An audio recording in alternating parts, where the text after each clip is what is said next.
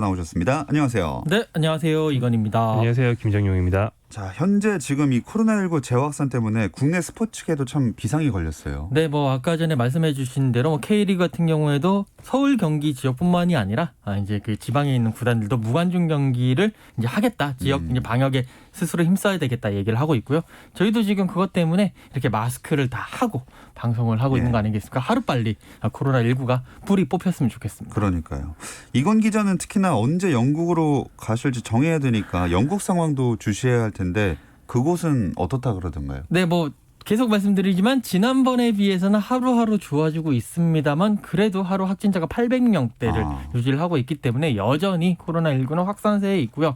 지금 이제 프리미어리그가 세부 일정이 확정이 됐습니다. 현지 시간으로 9월 12일 오후 3시에 그거 시간이죠. 이제 일제히 킥오프를 하는데 우리의 관심사인 그 토트넘 같은 경우에는 에버튼과 홈 경기를 하면서 시즌 스타트를 하고요. 디펜딩 챔피언 리버풀은 물론 리즈 시절의 주인공인 승격팀 리즈 유나이티드와 격돌을 하면서 또 다른 시즌이 이제 시작을 하게 됩니다. 그렇기 때문에 저도 이제 다시 돌아갈 일정을 여러 가지 지금 짜보고 있는 실정입니다. 네.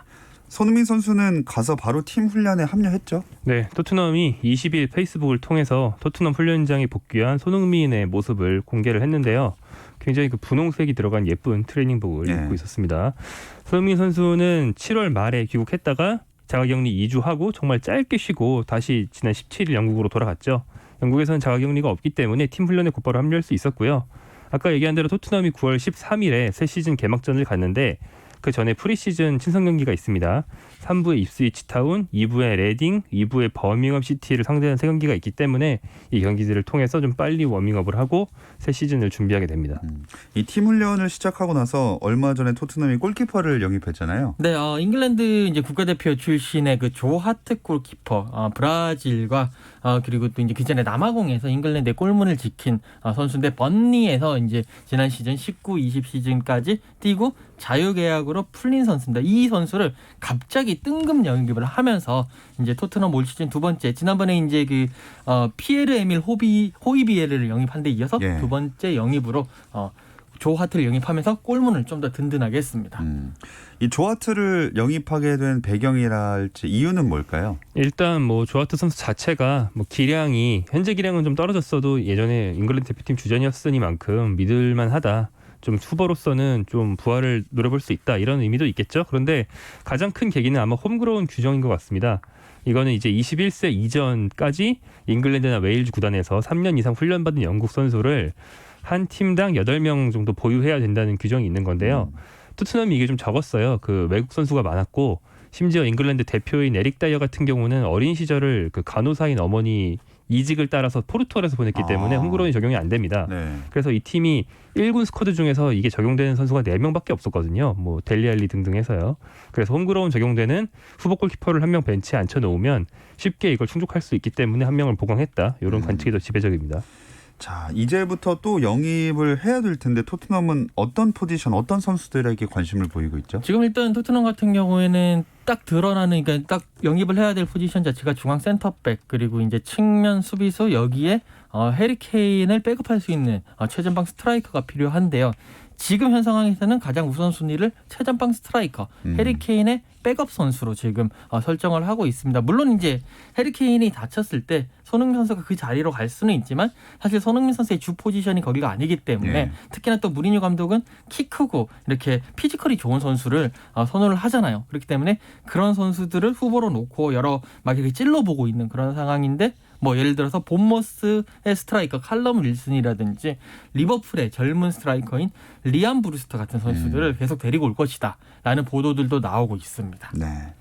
자, 우리나라 다른 유로파 선수들 얘기도 해보겠습니다. 벨기에 신트트로이던에서 뛴 이승우 선수 가장 먼저 시즌을 시작했죠? 네, 벌써 리그가 2경기나 했습니다. 리그 첫 경기는 교체 출장에서 호평을 받았고요. 두 번째 경기는 전통의 강호, 한국 사람들에게도 익숙한 안데르레흐트를 상대하는 경기였는데 출장이 무산됐어요. 대신 그 뒤에 가장 최근 열린 연습 경기에서 팀의 유일한 골을 넣으면서 1대1 무승부에 기여했습니다. 그 밖에도 이승우가 특별히 인터뷰를 따로 갖기도 하고 현지 매체에서 선발로 투입하라는 기사를 쓴다는 등의 이승우 선수를 상당히 좋게 보는 내용은 이어지고 있는데 막상 선발 출장이 없는 실정입니다. 왜 이 리그 경기에서는 정작 중용되지 못할까요? 일단 지금 이승우 선수를 향해서 지금 감독의 그런 시선이라든지 이런 것들이 아직까지는 조금 주전 경쟁에서 우위를 점하지 못하고 있는 데다가 여기 이제 좀 이승우 선수 스타일 자체가 그 조커로서 이제 조금 더 극대화를 시킬 수 있다라는 생각을 가지고 있는 것 같아요. 조커는 영국식 발음인가요? 아니요. 철저하게 한국식 발음을 조커로서 예. 할 수 있다고 생각을 하기 때문에 일단은 이제 헨트전에서는 조커로 이제 투입을 했고요. 안드레어트전 같은 경우에는 또 이제 경기 상황에 따라서 투입식을 잡다가 결국 투입을 못한 경우가 됐고요. 뭐 그렇기 때문에 조금만 더 지켜보시면 예열이 되고 현지 언론들도 계속 선발로 내세워야 된다라고 얘기를 하고 있기 때문에 예. 한번 선발에 곧 선발 출전을 하지 않을까라고 생각을 합니다. 네. 또 리그 선발로 나서서 활약하는 모습도 보고 싶습니다. 다음으로 프랑스 리그 보르도 황의조 선수는 2020-21 시즌 개막전 곧 치르겠네요. 네, 프랑스 구단인 파리 생제르맹이 아직도 챔피언스리그를 끝내지 않았는데 예. 프랑스 리그는 벌써 개막을 합니다. 아하. 모레 새벽에 황의조 선수가 소속된 보르도의 첫 경기가 있고요. 그러니까 22일 오전 2시입니다. 상대는 낭뜨고요. 경기 일정이 코로나 때문에 조정된 경우인데요. 다른 팀에서 코로나19 확진자가 나오면서 그 경기를 미루고 대신 보르도 경기를 하루 당겼습니다. 황의조 선수는 지난 시즌 잔부상에 좀 시달리고 리그가 단축 진행되고 해서 정규리그 24경기만 소화했는데 6골 2도움을 기록했거든요. 이 유럽 진출 첫 시즌이고 주로 2선에서 뛰었다는 걸 감안하면 상당히 괜찮은 기록이었고요. 이번 시즌은 나아가서 10개 이상의 공격 포인트를 목표로 하고 있습니다. 네.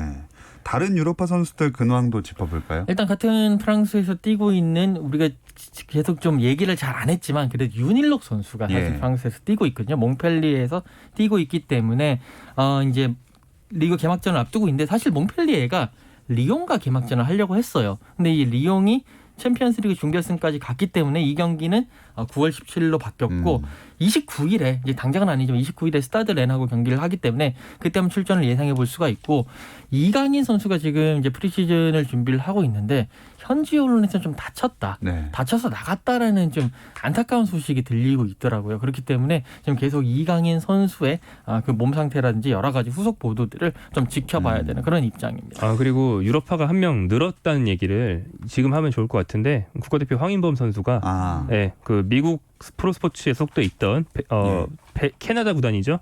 밴쿠버 화이트캡스에서 1년 반 동안 활약한 끝에 최근 이적을 했습니다. 러시아의 루빈 카잔으로 이적을 했고요. 처음부터 유럽 진출이 목표라고 공공연하게 얘기했던 선수인 만큼 이적 시장이 열리자 그 밴쿠버 측에 이적하고 싶다는 의사를 강하게 밝히면서 이적료를 제시하는 팀을 찾았고 러시아 팀에서 그 이적료를 제시하면서 카잔으로 이적하게 됐다고 하고요. 카잔은 이제 2년 전 월드컵 때 독일을 상대로 한국 대표팀이 2대0 승리를 했던 바로 그곳입니다. 예. 유럽보다는 좀 중앙아시아에 가까운 좀 생활 환경이라서 밴쿠버랑은 완전 극과 극인데 황인범 선수한테 물어봤더니 밴쿠버만큼 이제 교민 생활하기 편하진 않지만 자기는 축구를 더 배울 수 있는 곳으로 가고 싶었다. 이런 얘기를 했습니다. 네. 그 화이트캡스가 막연하게 유럽이라고 생각하고 있다가 누가 늘어지 이러다 황인범 선수였네요. 그리고 아까 이강인 선수 얘기 마지막으로 이건 기자가 해주셨는데 다비드 실바 선수 맨체스터 시티에 있던 선수가 이 발렌시아로 갈 수도 있었다면서요? 네, 갈 수도 있었는데 사실 다비드 실바 선수가 2004-2005 시즌부터 이 발렌시아에서 6시즌을 뛰고 그다음에 맨시티로 넘어가서 네. 맨시티에서 10년을 뛰었습니다. 그리고 이제 계약이 끝났기 때문에 자유계약으로 어디든지 갈 수 있었는데 다비드 실바 선수는 사실 이제 친정인 발렌시아로 돌아올 것을 이제 많이 얘기도 했고 그쪽으로 가지 않겠느냐라고 나왔지만 지금 발렌시아가 돈이 부족합니다. 코로나19 여파에다가 유럽 대항전에 출전 이제 실패하면서 여러 가지 돈도 부족해지고 선수들이 임금체불 그러니까 지난 시즌에 후반기 임금을 지불할 수 없다라고 나오는 등 여러 가지 돈 문제가 불거지면서 결국 다비드 실바의 그런 주급도 이제 충당할 수 없는 상황이라서 다비드 실바는 못 가게 되고 결국 레알 소시에다드로 가게 됐습니다. 레알 소시에다드로 갔는데 이 과정에서 라치오의 단장이 갑자기 또 경로를 했다 그러죠. 네, 라치오의 그 구단주가 클라우디오 로티토라는 사람이고 단장은 타레라는 사람인데 이 두 명 모두 인터뷰를 굉장히 많이 하기로 유명합니다. 예. 불만도 많고요. 늘 사회에 불만이 많은 스타일인데 라치오 측의 주장은 조건을 다 주고 받았고 실바한테 줄 연봉뿐 아니라 집, 차 이런 세부 조건까지 다 조율을 했는데 어느 순간 갑자기 연락을 안 받고 그 흔히 말하는 속어로 잠수를 하더니 네. 갑자기 소체드 입단이 발표되더라. 이런 식의 불만인데요. 또 이건 진실 공방이 좀 벌어지고 있습니다. 실바 측에서는 그게 아니고 우리는 여러 팀이랑 다 얘기를 하던 중에 니네 팀은 그 중에 하나였을 뿐이었어. 이렇게 얘기를 하고 있습니다. 네. 아, 경로했다는 게 너무 웃겨가지고. 아무튼 바르셀로나는 현재 그 챔피언스리그에서 미넨전에 아주 역사적인 대패를 당하지 않았습니까? 그 충격이 계속 이어지고 있는 것 같아요. 네, 75년 만에 8골을 내주면서 패배를 당했는데요. 이제 바로 패배 당하고 난 다음에 바로 이제 바르셀로나는 키케 세틴 감독을 경질을 했죠. 그리고 이틀 후에 로날두 쿠만 감독을 데리고 왔는데 이 쿠만 감독이 또 네덜란드 대표팀을 이끌고 있다가 바르셀로나의 부름에 그냥 뒤도 안 돌아보고 넘어갔더라고요. 예. 그래서 네덜란드 현지에서도 상당히 좀 뒷얘기들이 무성하게 나오고 있는. 거기도 경로했습니까? 그렇죠. 거기도 경로를 하면서 우리 배신한 거 아니냐 그랬는데 이 쿠만 감독이 사실 89년도부터 95년도까지 현역 시절을 바르셀로나에서 뛰었습니다. 그래서 항상 바르셀로나에 뭔가 그런 로맨스, 바르셀로나 그런 이제 로망을 가지고 있었는데 결국 바르셀로나에서 부르니까 가게 됐고요. 이제 새로운 감독 아래에서 바르셀로나도 뭔가 리빌딩의 시절을 보내지 않을까라고 생각을 합니다.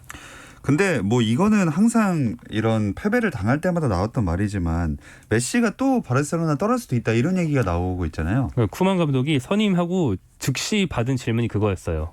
당신 메시 나가지 않게 붙잡을 수 있어? 쿠만 감독이 뭐라고 했습니까? 이거 한번 해볼게. 아직 모르겠어요. 이 정도로밖에 얘기 못하죠. 예. 지금은 계속된 부진, 무엇보다 그 팀 전체가 메시를 지원해주는 게 아니고 메시가 동료들한테 그 슛 기회와 모든 득점 기회를 떠먹여줘야 되는 자신에게 부담이 너무 몰려있는 이런 상황에 지쳐있다는 관측이 한 1년 전부터 계속 나왔는데요. 앞으로 1년이 중요할 것 같습니다. 메시 선수는 호날두랑은 좀 상황이 다르죠. 호날두는 이 팀 저 팀 돌아다니면서 뛰어도 좀 이렇게 커리어에 상관이 없는 좀 용병 같은 입장이라면 메시 선수는 바르셀로나 유스팀이 키운 선수잖아요. 예. 바르셀로나가 낳은 자식이란 말이에요. 예. 그렇기 때문에 다른 팀 가면 고생만 잔뜩 할 수도 있는 위험이 늘 상존하고 있어서 나가는 게 쉽지 않죠. 쿠만 감독이 좀 재미있는 축구를 잘 선사해 준다면 1년 뒤에 메시의 그 계약 기간이 끝나는데 그때까지 메시의 마음을 돌릴 수도 있을 것 같습니다. 자, 그렇다면 쿠만 감독이 내보낼 선수 그리고 영입을 해야 할 혹은 하고 싶은 선수는 누가 있을까요? 일단 이제 감독이 새로 들어왔으니까 지금 이제 감독과 뭐 여러 가지 회장들에서 나오는 소식을 통해서 선수들과 약간 밀당을 하거든요. 이 선수의 뭐 이제 남겨야 되는 선수 이름에 이 선수를 없다라고 하면 그 선수는 자극을 받아서 더 열심히 하게 되고 약간 그런 이제 도래했는데 일단은 뭐 메시는 일단 안 파는 거고요. 예. 세메도 뭐 그리즈만, 테오 슈테겐, 뭐 덴벨레, 더용, 안수파티 이런 선수들을 남기겠다라고 얘기를 했는데 여기서 재밌는 게 루이스 수아레스 선수의 이름이 없다라는 거예요. 30대가 지금 넘어갔고 그렇기 때문에 기량이 하락하고 있다라는 그런 평가들이 많기 때문에 이것이 정말 수아레스를 팔기 위한 그런 포석인가 아니면 수아레스를 좀 더 분발하게 만들기 위한 밀당인가를 놓고 많은 얘기들이 좀 오가고 있습니다. 네. 자, 그렇게 바르셀로나를 힘들게 만든 바이에른 뮌헨은 아주 손쉽게 챔피언스리그 결승에 올랐습니다. 이 이야기는 잠시 쉬었다 와서 나눠볼게요.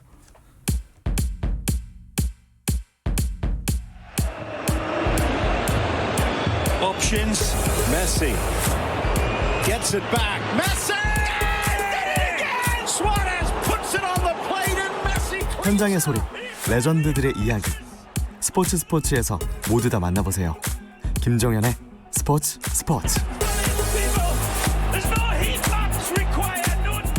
해외 축구 이야기를 나누는 라디오의 발롱도르 이건 김정용의 랄롱도르 듣고 계시고요. 풋볼리스트 김정용 기자, 이건 축구 전문 기자와 함께하고 있습니다.